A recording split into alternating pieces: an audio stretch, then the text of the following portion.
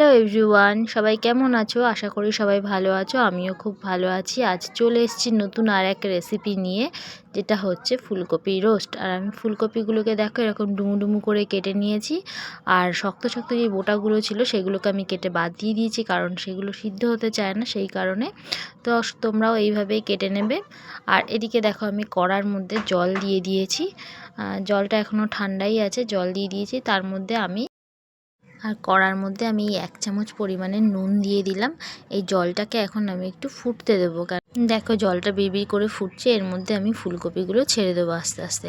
এই ফুলকপিগুলো দিয়ে গ্যাসের ফ্লেমটা কম করে দিয়ে একদম কম করে দিয়ে ঢাকা চাপা দিয়ে 5 মিনিটের মতো আমি রেখে দেবো। এতে ফুলকপির মধ্যে যে পোকাগুলো থাকে সেইগুলো বেরিয়ে যাবে, আর ফুলকপিটা একটু সফট হবে, নরম হবে, যাতে সিদ্ধ হতে সুবিধা হবে। সেই কারণে আমি এটাকে 5 মিনিট চাপা দিয়ে রাখবো। এটাকে চাপা দেওয়া থাক, ততক্ষণ আমি তোমাদের সঙ্গে মশলাটা শেয়ার করি। আদা, কাঁচা লঙ্কা, টমেটো নিয়েছি, এটা একসঙ্গে পেস্ট করে নেব। আর এইদিকে আমি একটা বাটির মধ্যে 50 গ্রামের মতো টক দই নিয়ে নিয়েছি। আর যতটা আমার ফুলকপি সেই আন্দাজে আমি নিয়েছি টক দই। আর এই দইটা আমি বেশ করে ফেটিয়ে নেব এখন। দেখো ফেটিয়ে নেওয়া আমার হয়ে গেছে। তো এর মধ্যে আমি আরও একটা মশলা দেব, যেটা হচ্ছে এই যে এটা বাদাম আর কাজু বাদাম আর মগজদানা আমি একসঙ্গে পেস্ট করে রেখেছি, এটাও আমি এর সঙ্গে মিশিয়ে দেবো। দইয়ের সঙ্গে বাদাম পেস্টটা মিশিয়ে নিয়েছি। তার মধ্যে আমি ধনে গুঁড়ো 1 চামচ আর জিরে গুঁড়ো 1 চামচ দিয়ে দিলাম। এটাকে এখন ভালো করে মিশিয়ে নেব। দেখো চামচ দিয়ে ভালো করে মিশিয়ে নিলাম। আর কড়াতে খানিকটা তেল দিয়ে এবার আমি সেই গরম জলে দেওয়া ফুলকপি সেইগুলোকে আমি একটু লাল লাল করে ভেজে নেব। দেখতে পাচ্ছি ফুলকপিটা মোটামুটি লাল লাল হয়ে গেছে। তো আমি এটাকে এখন নামিয়ে নেব। আমি আর কড়ার তেল সেই ফুলকপি ভাজা তেলেতেই আমি দিয়ে দেবো এখানে গোটা গরম মশলা ফোড়ন। দেখো গোটা গরম মশলা, দারচিনি, লবঙ্গ, এলাচ আর সাদা জিরে নিয়ে নিয়েছি, এটা আমি ফোড়নে দেব। এই যে ফোড়নে, আর একটা তেজপাতা, এটা আমি ফোড়নে দেবো। ফোড়নটা আমার হয়েই গেছে। তো এইখানে আমি দেখো ফোড়নটা আমার এখানে হয়ে গেছে। আর এখন এটার মধ্যে দিয়ে দেবো আদা, কাঁচা লঙ্কা, টমেটো বাটাটা। আমি এটার সঙ্গে একটু ভালো করে ভেজে নিচ্ছি, কারণ আদার গন্ধটা চলে যাবে, কাঁচা গন্ধটা। আমার মশলাটা বেশ কষানো হয়েই গেছে।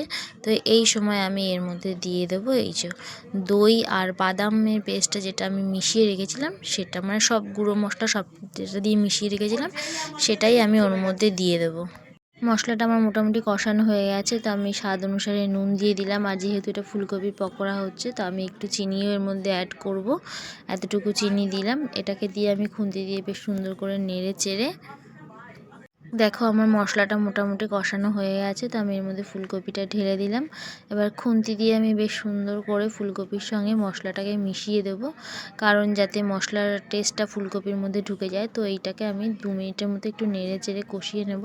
আর দেখো কড়ার চারিধার থেকে সুন্দর তেল ছেড়ে দিয়েছে, আর যেটা আমার কড়ার মধ্যে রাখা খুন্তিটা সেটাতেও বোঝা যাচ্ছে। তো এই সময় আমি একটুখানি টেস্ট বাড়ানোর জন্য 1 চামচ ঘি অ্যাড করব। ঘিটা দিলে খুব সুন্দর একটা সেন্ট আসে আর খুব সুন্দর একটা টেস্ট হয়। তো আমি এটার মধ্যে 1 চামচ ঘি অ্যাড করলাম। ঘি অ্যাড করে বেশ নেড়ে চেড়ে নিয়েছি। নিয়ে একটুখানি বাটি ধোয়া যেই জলটা ছিল, আমি সেই জলটা এর মধ্যে অ্যাড করলাম, কেন কড়ার মধ্যে যাতে লেগে না যায়। সুন্দর করে আমি এটার মধ্যে একটু সামান্য জল দিয়ে নেড়ে চেড়ে এটাকে আর একটুখানি গ্রেভিটা বাড়ানোর জন্য আমি সামান্য আর একটু এর মধ্যে জল অ্যাড করব। আর দেখো সাইড থেকে কি সুন্দর কড়ার মধ্যে তেল ছেড়ে দিয়েছে চারিধার থেকে। তো এটা হোক, ততক্ষণ আমি অন্য একটা জিনিস তোমাদের সঙ্গে শেয়ার করছি। দেখো আমার ফুলকপি রোস্টের ফাইনাল লুকটা এরকম এসছে। আমি কড়া থেকে নামিয়ে ফেলেছি, আর এটাই হচ্ছে ফাইনালি লুক। আর আমি ভাবতে পারিনি আমি এতটা সুন্দর করব। আমার ছেলেকে দিলাম একটু টেস্ট করতে, ও তো বললো মা অসাধারণ হয়েছে। তো তোমরাও আমার মতো এরকম চেষ্টা করে দেখতেই পারো বাড়িতে। তো দেখো যেহেতু আজ ফুলকপি রোস্ট, তার সঙ্গে ওই জন্য কড়াইশুঁটির কচুরি। তা আমি ফ্রেশ কড়াইশুঁটি ছাড়িয়ে নিয়েছি। তো কেউ যদি চাও তো প্যাকেটের পাউডার ইউজ করতে পারো। তো আমি এরকম ফ্রেশ কড়াইশুঁটি ছাড়িয়ে নিয়েছি। তো এইগুলো আমি এখন মিক্সারে দেবো, এটা মিক্স করবো। আর এটার মধ্যে আমি যেহেতু বাদাম পেস্ট করেছিলাম, সেই জন্য এটার মধ্যে এরকম লেগে আছে, এটা ইগনোর প্লিজ। আর এই যে আমি এখন কড়াইশুঁটিটার মধ্যে দিয়ে দেবো, এটা একটা খারাপ কড়াইশুঁটি। তো কড়াইশুঁটিটা আমি দিয়ে নিই মিক্সারের মধ্যে। দেখো আমি জল থেকে তুলে কড়াইশুঁটিগুলো এর মধ্যে দিয়ে নিলাম। আর এটার মধ্যে আমি এখন আপাতত কিচ্ছু দেব না, আমি শুধু এটাকে এইভাবেই পেস্ট করব, সামান্য একটু জল দেবো, এই যে ব্যাস এইটুকু জল দেব। আর এটার জন্য আমি মশলা করে রেখেছি, যেহেতু আগে আমি ফুলকপিতে দিয়েছিলাম আদা কাঁচা লঙ্কা বাটা, আমি সেটাই এটার মধ্যে দেবো। তো সেইটা আমার আলাদা করে পেস্ট করে আর তোমাদের দেখাচ্ছি না। এটা আমার এই যে সাইডে বাটিতে কড়াই আছে, এটা আদা আর কাঁচা লঙ্কা পেস্ট। তো আমি এটাকে এখন পেস্ট করে নিই, তারপরে আসছি। নাচ করতে যাবে, প্রোগ্রাম আছে, যার জন্য ওকে একটু আমি এইটুকুনি একটু সাজিয়ে দিলাম। আর খোপাটা বাঁধা, দেখো খোপাটা একটু ঘোরা, মাথাটা এই যে খোপাটা এরকম হয়েছে। শাড়িটা 8 পেয়ারের শাড়ি পরিয়ে দিয়েছি, মুখের মেকআপটা এরকম করিয়ে দিয়েছি। রান্নার মাঝখানে চলে এসছে ও সাজুগুজু করতে। তাকা আস্তে করে দেখি, আস্তে করে তাকা আছে, ওই ব্যাস দেখো ওকেও সাজিয়ে দেওয়া হলো। দাঁত ফুগলি, দাঁত নেই মাঝখানে। ফ্রেন্ড আমি রান্না করছিলাম, রান্না করতে করতে মাঝখান দিয়ে ও চলে এলো, ওর প্রোগ্রাম আছে, ওকে সাজাতে হবে, রেডি করতে হবে। এই যে দেখো আমি ওকে 8 পেয়ারের শাড়িটা পরিয়ে দিয়েছি, মুখের মেকআপটা এরকম করিয়ে দিয়েছি। আর চুলটা যে পিছনে চুলটা দেখাচ্ছি, দাঁড়াও দেখো চুলটা ওর অনেকটাই বড় চুল, তবুও আমি যেহেতু খোপা লাগাতে হবে বড় খোপা দেখানোর জন্য, তো এরকম ফলস খোপা লাগিয়ে দিয়েছি। এরকম পাশ থেকে ফলস এরকম ফুল সবই পাওয়া যায় বাচ্চাদের, জানো তো নাচ শেখাতে গেলে যারা শেখায় তারা জানে মোটামুটি, এরকম সবটাই আছে এরকম।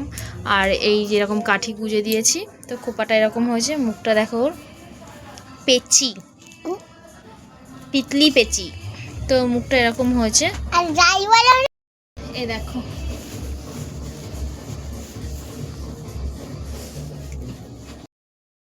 কড়াতে আমি সাদা তেল দিয়ে দিয়েছি, তার মধ্যে ফোড়নে আমি একটু কালো জিরে দিলাম এই যে। আর দেবো আমি হচ্ছে গিয়ে হিং, এই যে হিং নিয়েছি ঢাকার মধ্যে, এতটুকু হিং দিলাম।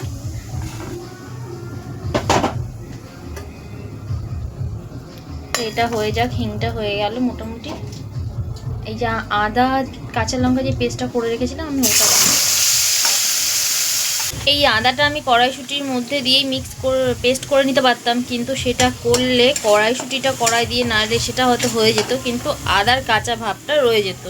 সেই কারণে আমি আদা আর কাঁচা লঙ্কাটা আলাদা করে পেস্ট করে নিয়েছি। আর সেটা এই যে কড়াই দিয়ে একটু তেল দিয়ে নেড়ে নিলাম, এতে আদার কাঁচা গন্ধটা চলে গেল। তো এখন আমি মিক্সিতে যে পেস্ট করে রেখেছি কড়াইশুঁটি, সেটা দেবো আমি। আমার মিক্স যেটা করে রেখেছি তার টেক্সচারটা দেখো এরকম এসছে। আমি এতটা মিহি করেছি, দরদরা করিনি। দরদরা মতো করলে আমি যে কচুরিটা পুর দেবো সেটা না বেলবার সময় কচুরিটা ফেটে যেত। তো এই জন্য আমি এরকম একদম ফাইন মিক্স করে নিয়েছি। এটা আমি কড়ার মধ্যে দিয়ে দিলাম।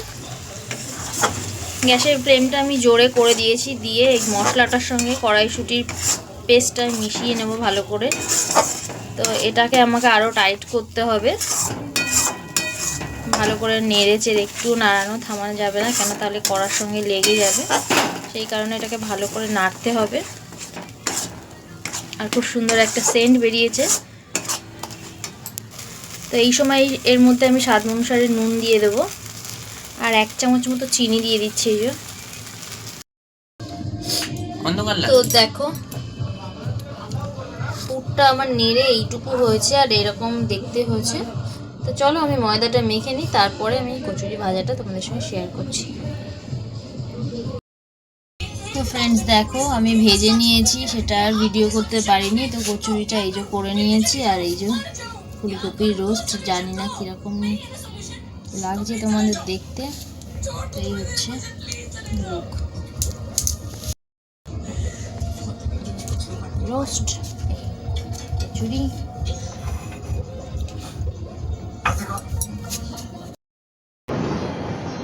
দেখো গাইজ এখন 12টা বাজে, এত আমি উঠে বাইরে বেরিয়েছি। বাইরের ওয়েদারটা দেখো, মানে বাজির এত আওয়াজ, বাজি তুমি দেখতে পাচ্ছি না কিন্তু বাজির মারাত্মক আওয়াজ। ওই দেখো একটা পানি ঘুরে যাচ্ছে।